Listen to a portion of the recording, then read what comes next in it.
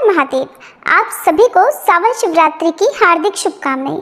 आइए आज इस पावन अवसर पर सुनते हैं सावन शिवरात्रि के दिन सुनी जाने वाली सभी कथाएं।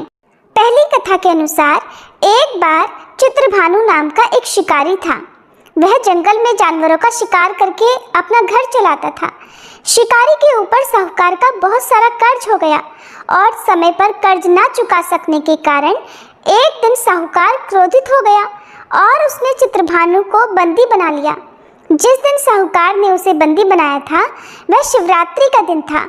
बंदी रहते हुए शिकारी भगवान शिव से जुड़ी महिमा की बातें सुनता रहा। वहीं पर उसने शिवरात्रि व्रत की कथा भी सुनी। शिकारी का पूरा दिन ऐसे ही गुजरा। शाम को साहूकार ने चित्रभानु को कर्ज चुकाने के लिए एक दिन का समय दिया और उसे छोड़ दिया। अब कर्ज चुकाने के लिए चित्रभानु पूरा दिन बिना कुछ खाए पिए जंगल में भटकता रहा और उसने वह पूरा दिन शिकार ढूंढते हुए बिता दिया। शिकारी ने रात होने पर अपनी सुरक्षा के लिए एक पेड़ पर मचान बनाने के बारे में सोचा। संयोग से जिस वृक्ष पर वह मचान बनाने के लिए चढ़ा था वह बेल वृक्ष था। उसने उस पेड़ की कुछ टहनियां तोड़ी और संयोग से बेलपत्र के कुछ पत्ते उसी वृक्ष के नीचे पत्तों के बीच छिपे शिवलिंग पर जा गिरे।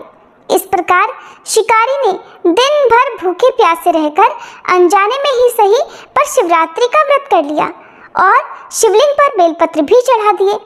अब रात्रि का एक पहर बीतने के बाद एक गर्भिणी हिरनी तालाब के किनारे पानी पीने के लिए पहुंची तो शिकारी ने उसे मारने के लिए अपना धनुष और तीर उठाया तो संयोग से फिर से उसके हाथ के धक्के से कुछ पत्ते और जल की कुछ बूंदें जिसे उसने पत्ते का दोना बनाकर अपने लिए रखा था, उस पत्ते से जल की कुछ बूंदें नीचे रखे हुए शिवलिंग पर गिर गई और अनजाने में ही सही शिकारी की प्रथम पहर की पूजा भी संपन्न हो गई। इधर हिरनी शिकारी को देखकर बोली कि मैं गर्भवती हूँ और शीघ्र ही बच्चे को जन्म देने वाली हूँ। मैं वचन देती हूँ कि बच्चे को जन्म देकर मैं शीघ्र ही तुम्हारे पास वापस आ जाऊंगी, तब तुम मुझे मार लेना। शिकारी को उस पर दया आ गई और उसे जाने दिया। थोड़ी देर के बाद एक और हिरनी वहां आई। शिकारी ने उसे देखा तो तुरंत बिना कुछ देर किए धनुष पर बाण चढ़ा दिया। धनुष पर बाण साधने के कारण कुछ बेलपत्र फिर से टूटकर नीचे स्थापित हुए शिवलिंग पर जा गिरे और इस तरह से उसकी दूसरे पहर की पूजा भी संपन्न हो गई। अब इस मृगी ने भी विनम्रता पूर्वक शिकारी से निवेदन किया कि मैं थोड़ी देर पहले ही ऋतु से निवृत्त हुई हूँ, अपने प्रिय की तलाश में भटक रही हूँ। मैं वचन देती हूँ कि अपने पति से मिलकर शीघ्र ही वापस आ जाऊंगी, तब तुम मुझे मार लेना। शिकारी को उस पर भी दया आ गई और उसे भी जाने दिया। अब रात्रि का आखिरी पहर बीतने को था। फिर एक और हिरनी अपने बच्चों के साथ उधर से निकली तो शिकारी ने उसे मारने के लिए तुरंत ही धनुष पर तीर चढ़ा दिया। ये देखकर वह हिरनी बोल उठी, हे शिकारी, हमें मत मारो, मैं इन बच्चों को इनके पिता के पास छोड़कर वापस आ जाऊंगी, तब तुम मुझे मार देना। शिकारी को उस पर दया आ गई और शिकारी ने उन सबको भी जाने दिया। अब शिकार ना कर पाने के कारण शिकारी परेशान हो गया। एक तो वह दिन भर का भूखा प्यासा, ऊपर से कोई भी शिकार उसके हाथ नहीं लगा तो वह बहुत व्याकुल हो गया और पेड़ पर बैठा हुआ वह मारे क्रोध के बेलपत्र तोड़ तोड़ कर नीचे फेंकता जा रहा था। इस तरह से उसके हाथों तीसरे पहर की पूजा भी अनजाने ही संपन्न हो गई। सुबह होने को थी कि तभी एक हिरन उसी रास्ते पर आया। अब की बार शिकारी ने सोचा कि चाहे कुछ भी हो जाए मैं इस शिकार को अपने हाथ से नहीं जाने दूंगा। शिकारी को देखकर वह हिरन कहने लगा कि हे शिकारी, अगर तुमने मुझसे पहले आने वाली 3 हिरनियों और उनके बच्चों को मार डाला है तो मुझे भी शीघ्र मार दो, बिल्कुल भी देर मत करो, क्योंकि मैं ही उन हिरनियों का पति हूँ। अगर तुमने उन्हें जाने दिया है, तुमने उन्हें जीवन दान दिया है, तो फिर मुझे भी कुछ समय के लिए जीवन दान दे दो। मैं तुम्हें वचन देता हूँ कि उन सबसे मिलकर मैं तुम्हारे पास स्वयं आ जाऊंगा, तब तुम मुझे मार लेना। शिकारी को इस बार भी दया आ गई क्योंकि उसने अनजाने ही शिवरात्रि का व्रत किया था। इस कारण उसके द्वारा उपवास, रात्रि जागरण और शिवलिंग पर बेलपत्र चढ़ाने से उसका हिंसक हृदय अब कोमल हो गया था। उसकी हिंसक प्रवृत्ति शांत हो गई थी। और कुछ ही क्षणों के बाद उसने जो कुछ देखा उसे अपनी आंखों पर विश्वास नहीं हुआ, क्योंकि वह हिरण अपनी पत्नियों और अपने बच्चों के साथ शिकारी के सामने उपस्थित था।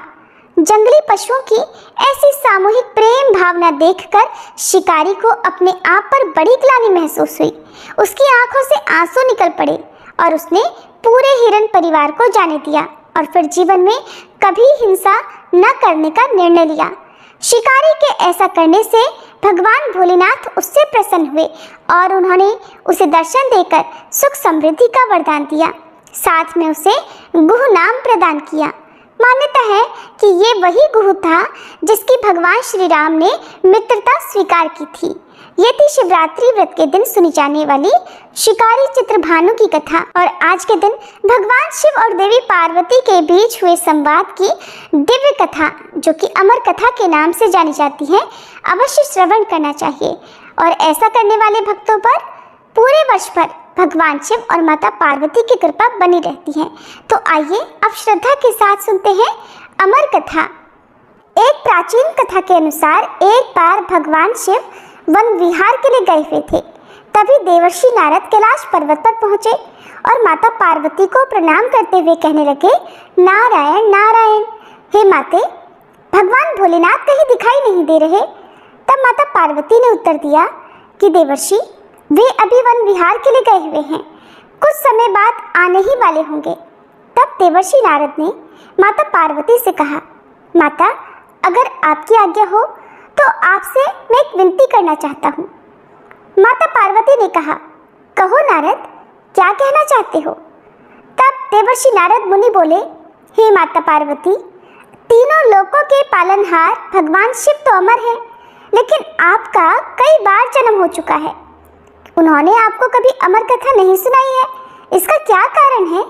और भोलेनाथ तो अमर कथा जानते हैं, और जो अमर कथा सुन लेता है वह जन्म मरण के चक्कर से मुक्त हो जाता है और 84 लाख योनियों के चक्कर में भी नहीं आता। अगर आप चाहें तो भोलेनाथ से कथा सुन सकती हैं। इतना कहते हुए नारद मुनि आज्ञा लेकर कैलाश पर्वत से वापस चले गए। अब इधर माँ पार्वती व्याकुल होकर भगवान शंकर की प्रतीक्षा करने लगी। जब भोलेनाथ वन विहार से वापस लौटकर आए तो देवी पार्वती ने भगवान शंकर से कहा, हे स्वामी, आप तो सृष्टि के दाता हो, जगत के भाग्य विधाता हो, और आपकी अर्धांगिनी अत्यंत कष्ट से व्याकुल हो रही है।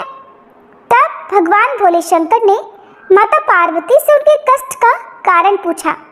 तब माता पार्वती ने कहा, हे प्रभु, आप तो जन्म मरण से मुक्त हो और मुझे संसार में कई बार जन्म लेना पड़ता है।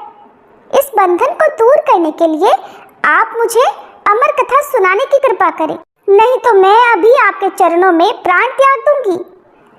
भगवान शिव ने देवी पार्वती की हठ देखी तो कहने लगे, देवी, इस संसार सागर को पार करने का रास्ता अत्यंत कठिन है। इसमें बहुत से लोग सत्कर्मों को भूलकर 5 विषयों का शिकार बन जाते हैं, कुकर्मों में फंसकर अपने कर्मों का फल भोगते हैं और बार बार जन्म मरण के 84 योनियों के चक्कर में फंसे रहते हैं। उन पर भगवान कभी प्रसन्न नहीं होते।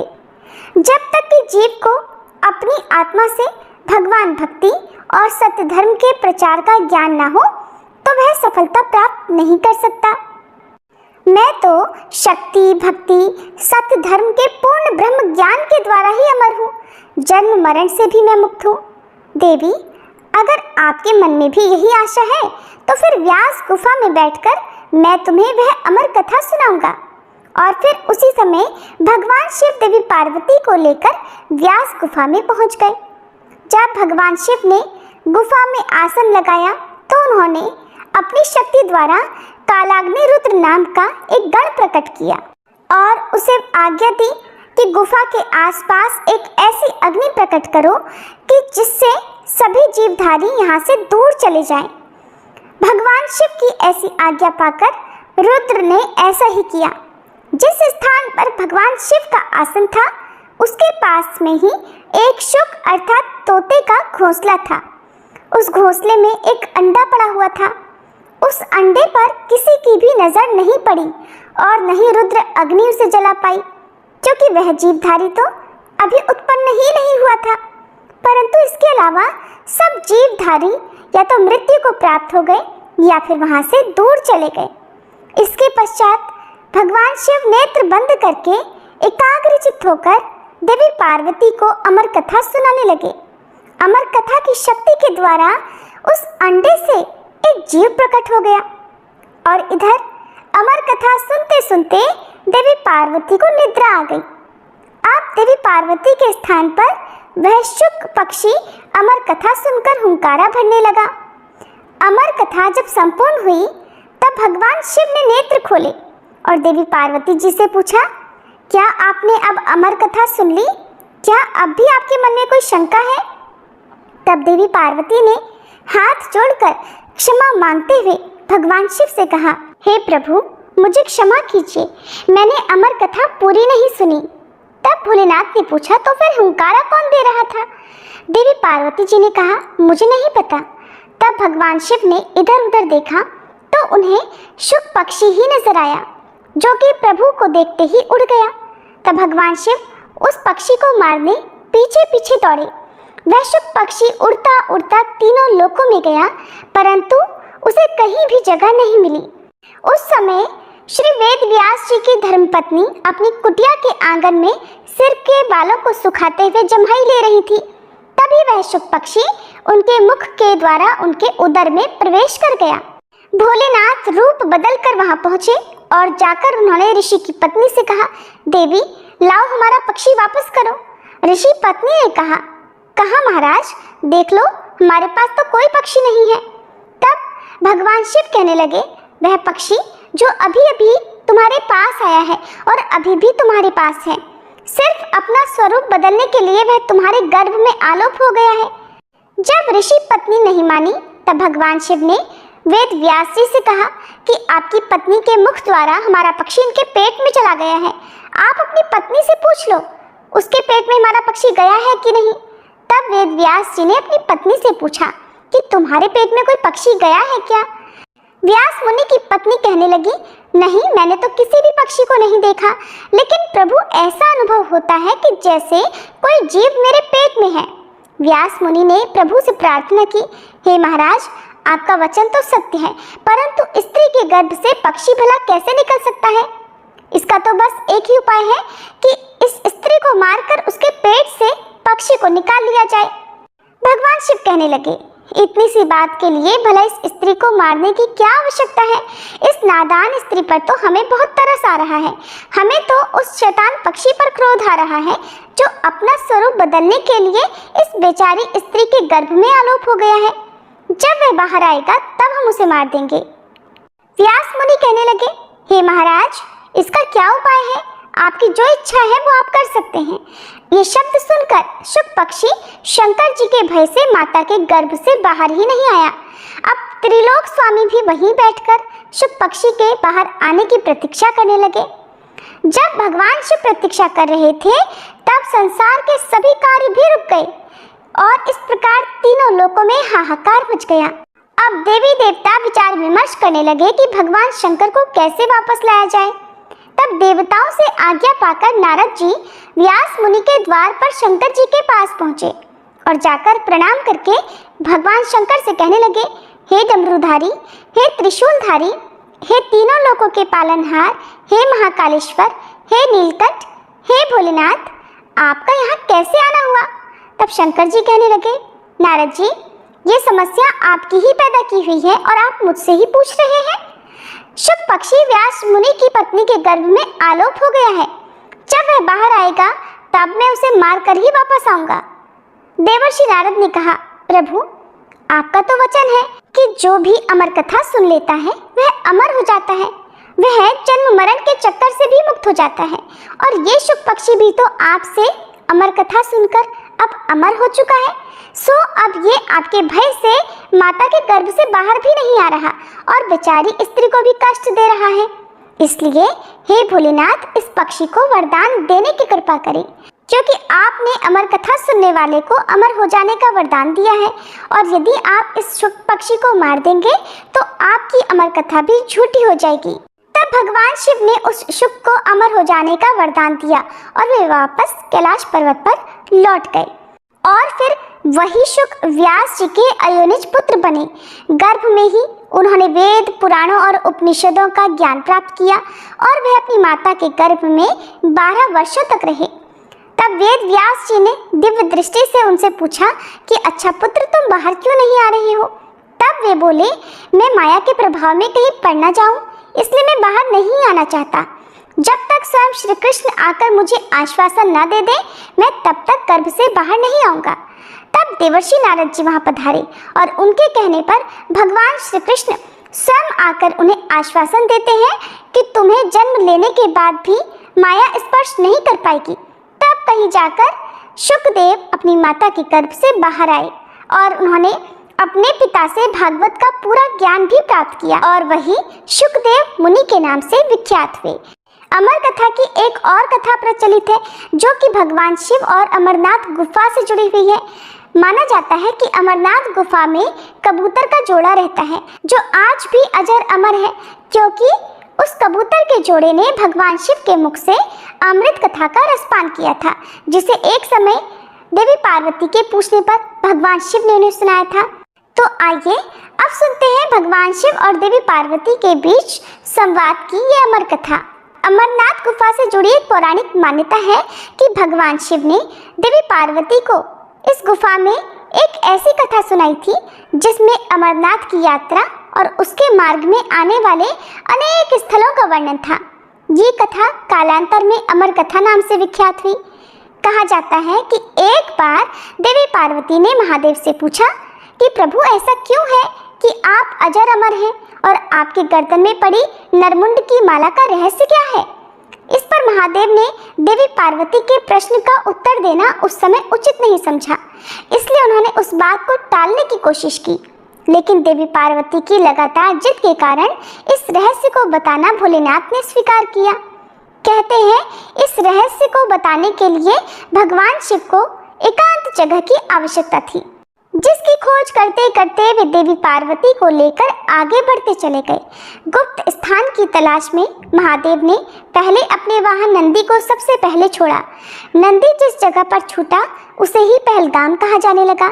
जहां से अमरनाथ यात्रा शुरू होती है, वहां से कुछ आगे जाने पर शिव जी ने अपने माथे से चंद्रमा को अलग कर दिया। जिस जगह पर उन्होंने चंद्रमा को छोड़ा वह जगह चंदनवाड़ी कहलाती है। इसके बाद भगवान शिव ने गंगा जी को पंचतरणी में और गले के सांपों को शेषनाग पर छोड़ दिया, जिस कारण इस पड़ाव का नाम शेषनाग पड़ गया। अमरनाथ यात्रा का अगला पड़ाव गणेश टॉप है। मान्यता है कि इस स्थान पर भगवान शिव ने अपने पुत्र गणेश को छोड़ा था। इस प्रकार इन सभी को पीछे छोड़ने के बाद भगवान शिव ने देवी पार्वती के साथ उस गुफा में प्रवेश किया। कोई भी तीसरा प्राणी इसमें प्रवेश ना कर पाए, इसके लिए भगवान शिव ने गुफा के चारों ओर अग्नि को प्रज्वलित कर दिया। इसके बाद महादेव ने जीवन के उस गूढ़ रहस्यों की कथा शुरू कर दी। कहते हैं कथा सुनते सुनते देवी पार्वती को निद्रा आ गई थी। उस समय वो कथा वहाँ 2 सफेद कबूतर भी सुन रहे थे।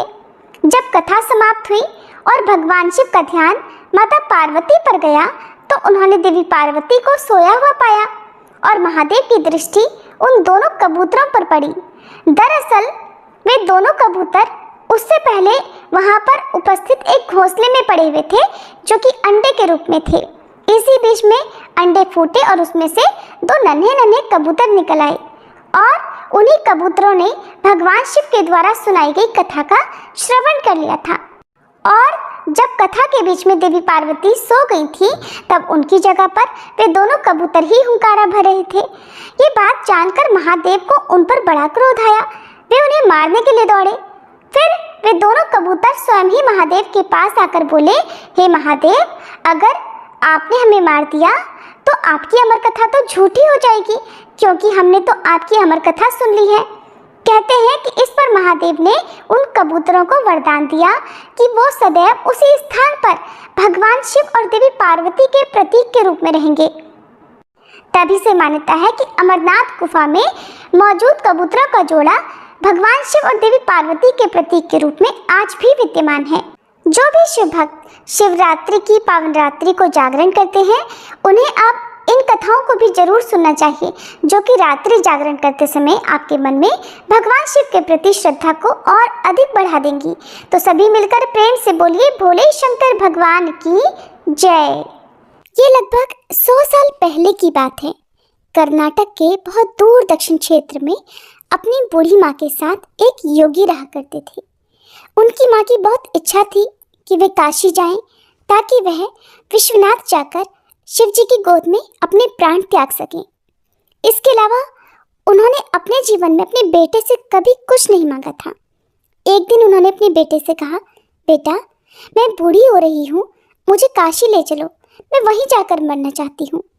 योगी ने अपनी बूढ़ी माँ की इच्छा पूरी करने का निश्चय किया और अपनी बूढ़ी माँ के साथ दक्षिण कर्नाटक के जंगलों से होते हुए काशी के लिए एक लंबी यात्रा शुरू कर दी। एक तो बुढ़ापा, ऊपर से इतनी थकावट भरी लंबी यात्रा, उनकी माँ का स्वास्थ्य बिगड़ गया। तब उन्होंने रास्ते में अपनी माँ को अपने कंधे पर बिठा लिया।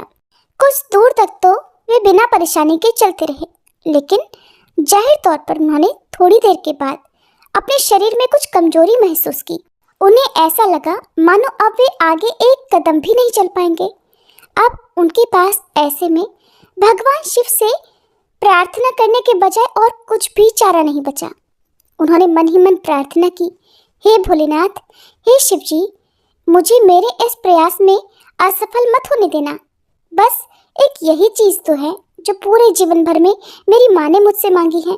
कृपया मुझे मेरी माँ की इच्छा पूरी करने दीजिएगा। मैं अपनी माँ को काशी ले जाना चाहता हूँ। हम वहाँ सिर्फ आप ही के दर्शन करने के लिए आ रहे हैं। प्रभु कृपया मुझे हिम्मत दीजिए। ऐसा मन में विचार कर प्रार्थना करके तब उन्होंने आगे चलना शुरू किया। जब जैसे ही आगे चले तो पीछे से एक घंटे की आवाज़ उन्हें सुनाई दी। लगा कोई बैलगाड़ी पीछे पीछे आ रही हो।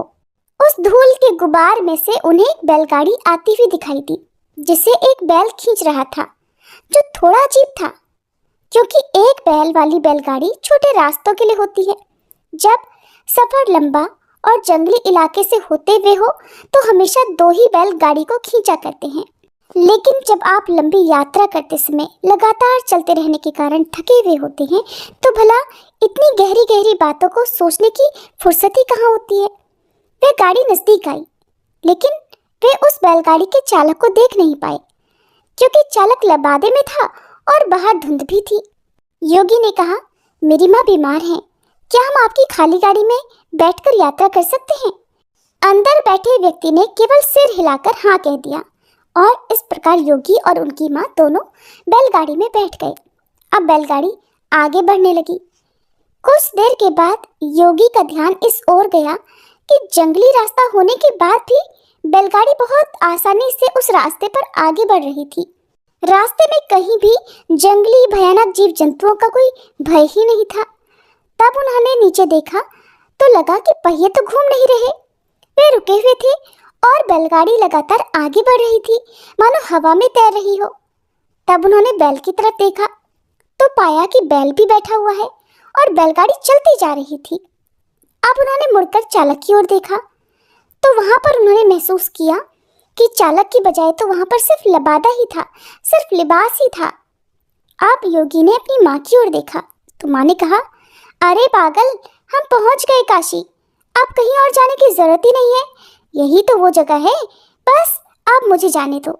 ऐसा कहते ही योगी की बूढ़ी माँ ने अपना शरीर छोड़ दिया। देखते ही देखते वो बैल, बैलगाड़ी और चालक सब कुछ अदृश्य हो गए। योगी अपने गांव लौट आया। लोगों ने सोचा, ये इतनी जल्दी लौट कर आ गया है, अवश्य ही अपनी माँ को बीच रास्ते में ही कहीं छोड़ कर आया होगा और उसे काशी लेकर ही नहीं गया होगा। उन्होंने योगी से पूछा, कहो अपनी माँ को कहाँ छोड़कर आ गए? योगी ने बताया कि हमें वहाँ जाना ही नहीं पड़ा, भगवान शिव जी खुद आए थे हमारे लिए। योगी की बात सुनकर लोगों ने उनका मजाक उड़ाया, कहने लगे, क्या बकवास है। योगी ने उत्तर दिया, मुझे नहीं फर्क पड़ता कि आप लोग क्या सोचते हैं, वो हमारे लिए आए थे और यही सच है। मेरा जीवन तो ज्योतिर्मय हो गया, ये बात मैं बस अपने अंतर में जानता हूँ, आप कोई भी इस बात को नहीं जान सकते। आप समझ ही नहीं सकते। तब उन्होंने पूछा, ठीक है, हमें कुछ ऐसा दिखाओ कि हम मान सकें कि तुमने सच में शिव जी को देखा है और वे सच में तुम्हारे लिए ही आए थे। योगी ने कहा, मैं नहीं जानता, मैंने उन्हें नहीं देखा, मैंने सिर्फ एक लिबास देखा था, लबादा देखा था और वहां पर कोई चेहरा ही नहीं था, वहां कुछ भी नहीं था, वो बिल्कुल खाली था। वहां पर जितने लोग बात कर रहे थे, जिन्होंने भी योगी से प्रश्न किए थे, उन्होंने अचानक देखा कि खुद योगी वहां पर नहीं थे, बल्कि उनके सिर्फ कपड़े ही, उनका लिबास ही वहां पर दिखाई पड़ रहा था और वे दक्षिण भारत के महान संत बने। जहां भी वो जाते, लोग उन्हें बिना चेहरे वाले योगी के रूप में जाना करते थे। अब सुनिए एक और कहानी। वर्तमान में नंजनगुड के नाम से प्रसिद्ध शहर की सीमा पर मैसूर से लगभग 16 किलोमीटर दूर पर एक योगी रहा करते थे, जिनका नाम था मल्ला। वो किसी परंपरा से बंधे भी नहीं थे और न ही उन्होंने कोई पूजा पाठ की औपचारिकता पूरी की थी। ये कह सकते हैं कि उन्हें पूजा पाठ की कोई विधि भी नहीं पता थी, लेकिन बचपन से ही जब भी वो अपनी आंखें बंद करते तो उन्हें भोलेनाथ की तस्वीर ही सामने दिखाई देती। शायद योगी शब्द उनके लिए काफी नहीं है, उनके जैसे लाखों हैं, वे शिव के कैदी हैं, उनके पास कोई विकल्प भी नहीं है। वह मल्ला शिव के सिवा और कुछ भी नहीं जानता था। उसने कोई विशेष कौशल भी नहीं कमाया था, उसके अंदर कोई विशेष कला ही नहीं थी और वह जंगली इंसान बन गया था। ये बात तो उसके मन में कभी भी नहीं आई कि किसी को भी रोककर उससे अपनी ज़रूरत के लिए कुछ भी छीन लेना गलत भी हो सकता है। वो तो ऐसा ही करता था और एक डाकू के रूप में प्रसिद्ध हो गया था। वो जंगल के उस रास्ते का नियमित डाकू बन गया जिस रास्ते से लोग सामान्य तौर पर आया जाया करते थे। वो रास्ता जहाँ वो उनसे रंगदारी वसूलता था, उस जगह का नाम पड़ गया कल्याण मुलाई, जिसका अर्थ है चोर का कोना। शुरू में तो लोगों ने उसे धिक्कारा, लेकिन साल के अंत में लोगों से इकट्ठा किए हुए एक एक पैसे को वो महाशिवरात्रि मनाने में खर्च कर देता था। वो एक बड़ा भोज भी आयोजित करता। कुछ सालों के बाद लोगों ने उसे एक महान योगी के रूप में पहचाना और फिर स्वेच्छा से वो उसे दान देने लगे। कुछ सालों के बाद दो योगी जो आपस में भाई भाई थे, इस रास्ते से गुजर रहे थे। उन्होंने इस आदमी को देखा जो डाकू तो था लेकिन एक महान योगी भी था। उन्होंने कहा, तुम्हारा भक्ति भाव तो अद्भुत है, लेकिन तुम्हारे तौर तरीके से लोगों को बड़ा कष्ट होता है। तो उसने कहा कि मैं तो ये शिव जी के लिए करता हूँ, इसमें भला क्या दिक्कत है। उन्होंने समझाया और उसे अपने साथ अलग ले गए, कुछ विधियों से उसे अवगत कराया, कुछ पद्धतियों से गुजारा और उस स्थान का नाम कल्याण मुलाई से बदलकर मल्लाण मुलाई रख दिया। आज भी ये स्थान मल्लाण मुलाई के नाम से ही जाना जाता है। लूटपाट डकैती छोड़कर इन योगियों के साथ बैठने के करीब 1.5 साल बाद ही उन्होंने महासमाधि प्राप्त कर ली। मल्ला को इस प्रकार मुक्त करवाने के बाद उन दोनों योगियों ने भी उसी दिन अपना शरीर छोड़ दिया। कबिनी नदी के किनारे इन लोगों के लिए एक खूबसूरत तीर्थ स्थान बनाया गया है, जिसे आज भी मल्लाण मुलाई के नाम से ही जाना जाता है। अब सुनिए एक और कहानी, जो कि भगवान शिव के भक्त कुबेर की कहानी है। कुबेर यक्षों के राजा थे। यक्ष बीच का जीवन होते हैं, वे न यहाँ के जीवन में होते हैं और न ही वो पूरी तरह से जीवन के बाद वाली स्थिति में होते हैं। कहानी कुछ इस प्रकार है कि एक बार रावण ने कुबेर को लंका से निकाल दिया। कुबेर को वहां से जाना पड़ा। अपना राज्य और प्रजा खोने की निराशा में उन्होंने शिव जी की पूजा आराधना शुरू कर दी और वो एक शिव भक्त बन गए। भगवान शिव भी अपने भक्तों पर सदा दया का भाव रखते हैं, तो उन पर भी भगवान ने दया का भाव दिखाते हुए उन्हें एक अन्य राज्य और संसार का सारा धन दे दिया। इस प्रकार कुबेर संसार के सबसे अमीर व्यक्ति बन गए। धन मतलब कुबेर, ये कुछ इस प्रकार देखा जाने लगा, यानी कि जिसके पास धन होता है लोग उसे कुबेर समझते हैं। इस तरह कुबेर शिव जी के महान भक्त बन गए। लेकिन जब भक्त को ये लगने लगे कि वो ही सबसे महान भक्त है, तो समझ जाएं कि अब वह भक्त सब कुछ खोने वाला है। जब भी गर्व किसी भक्त के मन में आ जाता है तो भगवान उस गर्व को खंडित करने में, चूर चूर करने में देर भी नहीं लगाते। कुबेर को अब ये लगने लगा था कि वो शिव जी को इतना कुछ अर्पित करते हैं तो वो एक महानतम भक्त हैं। और बेशक शिवजी ने चढ़ावे में से विभूति के अलावा कभी कुछ भी नहीं छुआ, लेकिन कुबेर खुद को महान समझने लगे क्योंकि वो शिवजी को इतना कुछ चढ़ावे के रूप में भेंट किया करते थे। फिर एक दिन कुबेर शिवजी के पास गए और कहने लगे, हे भोलेनाथ, मैं आपके लिए क्या कर सकता हूँ बताइए, मैं आपके लिए कुछ करना चाहता हूँ। शिवजी ने कहा, तुम मेरे लिए क्या कर सकते हो? कुछ भी नहीं, क्योंकि मुझे तो किसी भी चीज की आवश्यकता ही नहीं है, मैं ठीक हूँ। हाँ, किंतु मेरा पुत्र गणपति, उन्होंने गणपति की ओर इशारा करते हुए कहा कि मेरा ये पुत्र हमेशा भूखा रहता है, बस इसे अच्छे से भरपेट खिला दो। कुबेर देवता ने सोचा कि ये तो बड़ी सरल बात है। ऐसा कहकर कुबेर गणपति को अपने साथ भोजन कराने के लिए ले गए। उन्होंने गणपति को भोजन कराना शुरू किया। गणपति खाते गए, खाते ही चले गए। कुबेर ने सैकड़ों रसोइयों की व्यवस्था कर दी। भोजन था कि बार बार कम पड़ जाता। बहुत अधिक मात्रा में भोजन बनाना शुरू किया गया और ये सारा का सारा गणपति के आगे परोसा गया और वे खाते रहे। ये सब देखकर कुबेर देवता अब चिंतित हो गए। उन्होंने कहा, रुक जाओ, अगर तुम इतना खाओगे तो तुम्हारा पेट फट जाएगा। गणपति ने कहा, कुबेर जी, आप चिंता मत कीजिए, देखिए मैंने एक सांप को एक कमर पेटी के रूप में बांध रखा है, तो आप मेरे पेट की चिंता मत करें, ये नहीं फूटने वाला। मुझे तो जोर से भूख लगी है, आप बस मुझे खाना खिलाइए। आप ही ने तो कहा था ना कि आप मेरी भूख मिटा सकते हैं। कुबेर ने अपना सारा धन खर्च कर दिया। कहते हैं कि कुबेर ने दूसरे लोगों से भी भोजन मंगवा कर गणपति को खिलाया। गणपति ने ये सारा भोजन समाप्त करने के बाद भी कहा, मैं तो अभी भी भूखा हूँ, मेरा भोजन कहाँ है? तब कुबेर को अपने विचार के छोटेपन का एहसास हुआ और उसने भगवान शिव के सामने झुकते हुए कहा, भोलेनाथ, मैं समझ गया, मेरा धन आपके सामने एक तिनके के बराबर भी नहीं। जो आपने मुझे दिया उसी का कुछ अंश आपको वापस देकर मैंने खुद को एक महान भक्त समझने की गलती की थी। हे भगवान, मुझे क्षमा कीजिए। तो इस प्रकार भोलेनाथ ने अपने ही भक्त को पहले सब कुछ दिया और जब उस भक्त के मन में अहंकार आ गया तो उसी अहंकार को दूर करने के लिए, खत्म करने के लिए उन्होंने ये लीला रची ताकि उनका भक्त सही रास्ते पर आ जाए। भगवान इसी प्रकार हमारी सहायता करते हैं। भगवान हमारे मन की हर बात जान लेते हैं। भगवान तो अंतर्यामी हैं, इसलिए जब मन में भक्ति हो तो गर्व कभी नहीं करना चाहिए। अब सुनिए एक और अद्भुत कहानी।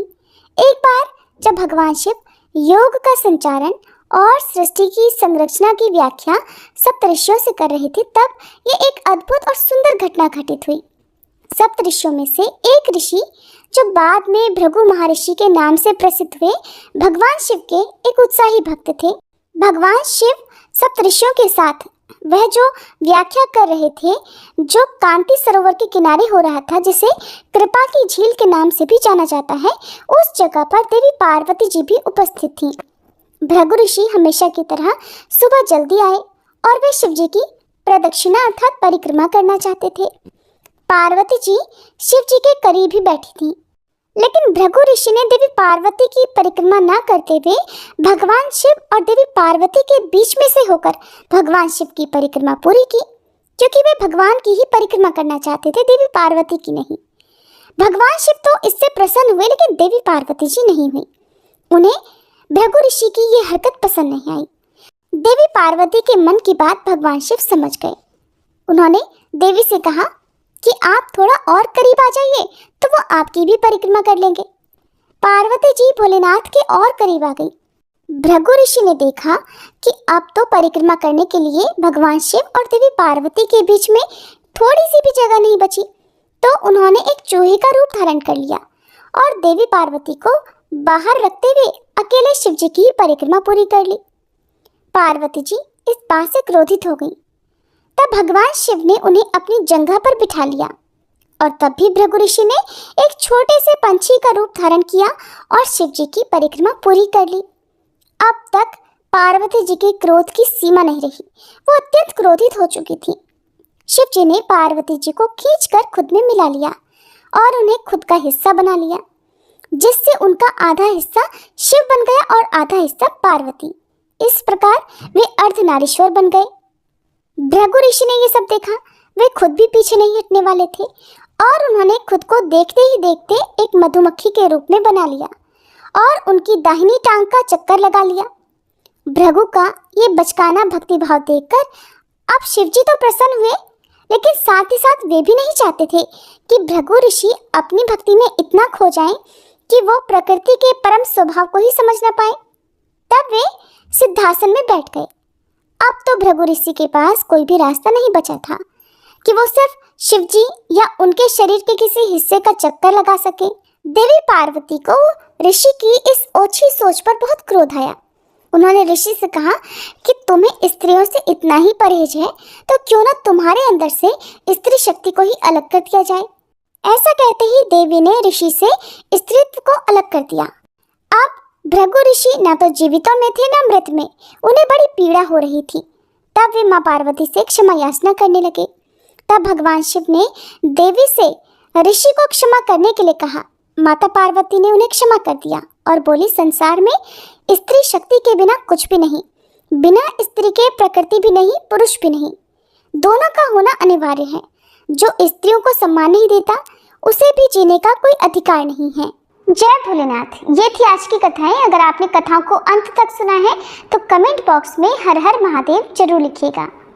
आइए अब श्रवण करते हैं भगवान भोलेनाथ की आरती। कर्पूर गौरम करुणावतारम संसार सारम भुजगेन्द्रहारम सदा वसंतं हृदयारविंदे भवं भवानी सहितं नमामि।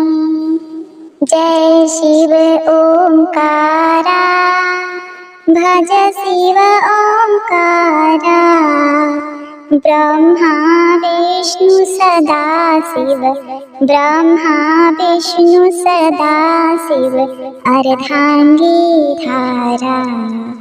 जय शिव ओंकारा एकानन चतुरानन पंचानन राजे प्रभु पंचानन राजे हंसानन गरुड़ासन हंसानन गरुड़ासन वृषवाहन साजे। जय शिव ओंकारा दो भुज चार चतुर्भुज दस भुज अति सोहे प्रभु दस भुज अति सोहे तीनों रूप निखरते तीनों रूप निखरते त्रिभुवन जन मोहे।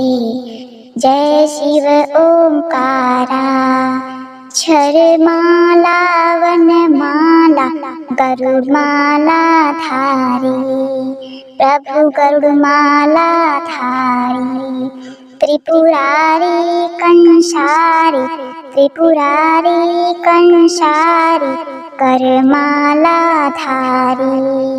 जय शिव ओंकारा श्वेतांबर पीतांबर बाघंबर अंगे प्रभु बाघंबर अंगे सनकादि गरुड़ादिक सनकादिक गरुड़ादिक भूतादिक संगे कर मध्ये कुशमंडलु चक्र त्रिशूलधारी प्रभु चक्र त्रिशूलधारी सुखकारी दुखहारी सुखकारी दुखहारी जगपालनकारी। ओम जय शिव ओंकारा ब्रह्मा विष्णु सदा शिव जानत अविवेका प्रभु जानत अविवेका प्रणवाक्षर में शोभित प्रणवाक्षर में शोभित ये तीनों एका। जय शिव ओंकारा त्रिगुण स्वामी की आरती जो कोई नर गावे प्रभु जो कोई नर गावे भजत शिवानंद स्वामी भजत शिवानंद स्वामी मन वांछित पावे। जय शिव ओंकारा, जय शिव ओंकारा, भज शिव ओंकारा। ब्रह्मा विष्णु सदा शिव अर्धांगी धारा, जय शिव ओंकारा।